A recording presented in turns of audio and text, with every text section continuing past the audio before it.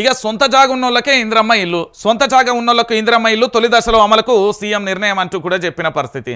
వీళ్ళు సొంత జాగా ఏం కర్మ, వీళ్ళు సొంత జాగా పెట్టి ఇందిరమ్మ ఇల్లు ఇస్తారా? వీళ్ళు ఇచ్చే పరిస్థితి ఉంటుంది. తెలంగాణ ప్రాంత బిడ్డలందరికీ తెలుసు. ఒకసారి ఎన్నురి, నేనేమంటున్నా అంటే తెలంగాణ ప్రాంత బిడ్డలారా, నేను మళ్ళీ చెప్తున్నా, యనుమల రేవంత్ రెడ్డి అలియాస్ గుంపమేశ్రీ, అలియాస్ చెట్టినాయుడు, అలియాస్ మోసిరెడ్డి, ఇవి నేను పేర్లు పెట్టలే, చాలా మంది తెలంగాణ రాష్ట్ర వ్యాప్తంగా చర్చ పెడుతున్నారు.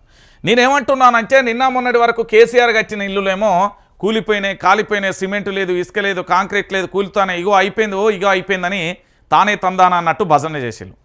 భజన చేసి మళ్ళీ ఏమైపోయిందంటే ఇదే మూసీ ప్రక్షాళన, మూసీ సుందరీకరణ పేరుతోని అక్కడ చాలామందిని ఇళ్లను ఖాళీ చేపించి గదే ఫ్లాట్లకు పంపించు.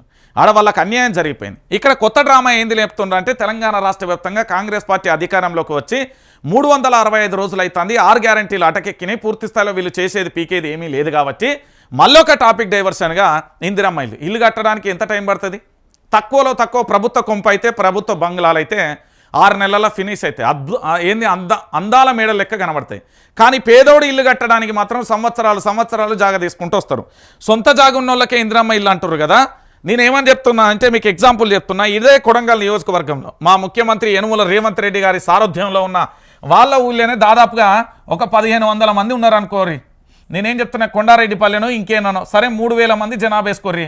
సొంత జాగా అయితే ఖచ్చితంగా ఉంటుంది ఎవరికైనా. రేకులు వేసినా, పెంకుటిల్లు ఉన్నా, గుడిసున్నా, ఏదున్నా ఇంటి చుట్టూ తక్కువలో తక్కువ మనం ఏం చేస్తాం, 4-5 గుంటల భూమి అయితే ఉంటుంది. ఊళ్ళల్లో తక్కువలో తక్కువ 3 గుంటలు 4 గుంటల భూమి అయితే అందరికీ ఉంటుంది. మరి అందరు గట్టిస్తారా ఈ మొగోళ్ళు? మనం మాట్లాడుకుందాం. బాజాప్తుగా తెలంగాణ ప్రాంత బిడ్డలకి వీళ్ళు సమాధానం చెప్పాలి. లంగ పథకాలు, దొంగ పథకాలు కాకపోతే ఏందండి, ఎవరిని మోసం చేయనీకి ఇవి? ఇంటికో ఇల్లు వస్తుంది వీళ్ళ లెక్కన ఇంటికో ఇల్లు వస్తుంది. ఇప్పుడు నేనే ఉన్నా, నా ఇంటికాడే 7-8 గుంటల జాగున్నది, మాకు నా 3 ఇల్లు రావాలి, మరి ఇస్తాడా? ఈయన లెక్కనే చెప్తాం. అంటే తెలంగాణ ప్రాంత బిడ్డలారా, మిమ్మల్ని మసిబూసి మారేడుకాయ ఎట్లా చేస్తాడు, అరిచేతిలో వైకుంఠం ఎట్లా చూపెడతాడు. వీళ్ళు 6 గ్యారంటీలు 13 అంశాలు ఏడమైనాయి. ఈరోజు తెలంగాణ ప్రాంత బిడ్డల్ని ఎట్లా మోసం చేస్తున్నది కాంగ్రెస్ అంటే ప్రశ్నిస్తే కేసులు పెడతాం. మొన్న మనల్ని ఏంది, నేను ఉగ్రవాదిని అయినట్టు, నేను రౌడీ షీటర్ని అయినట్టు, లేకపోతే నేనేదో నేరాలు చేస్తున్నాను, అఘాయిత్యాలు చేసిన, అమ్మాయిలను హత్య చేసినట్టు, లేకపోతే ఇక్కడ రాజ్యాంగాన్ని గౌరవించలేనట్టు 50 మంది వచ్చి ఎస్ఓటి పోలీసులు అరెస్ట్ చేసి ఇంకా నా మీద కుట్రలు చేస్తూనే ఉన్నారు. అక్రమ కేసులు బనాయిస్తూనే ఉన్నారు. ఎప్పుడు అరెస్ట్ చేద్దామా అని చూస్తున్నాం.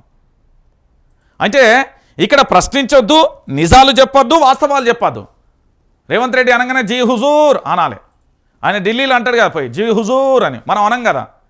మనం ఏంది, మన జీవితం పుట్టుకేంది, తెలంగాణ ప్రాంతంలో పుట్టిన ఏ ఉప్పు కారం తిన్న ఏ ఒక్క మొగోడికైనా పోరాటమే కొత్త ఎజెండాగా వెళ్తాడు, పోరాటమే పటిమతో వెళ్తాడు తప్ప ఎవరికి బాంచన్ చెంచాగిరి చేయరు. తెలంగాణ ప్రాంత బిడ్డలకు ఉన్న అలవాటు అది, మట్టితో పుట్టిన అలవాటు.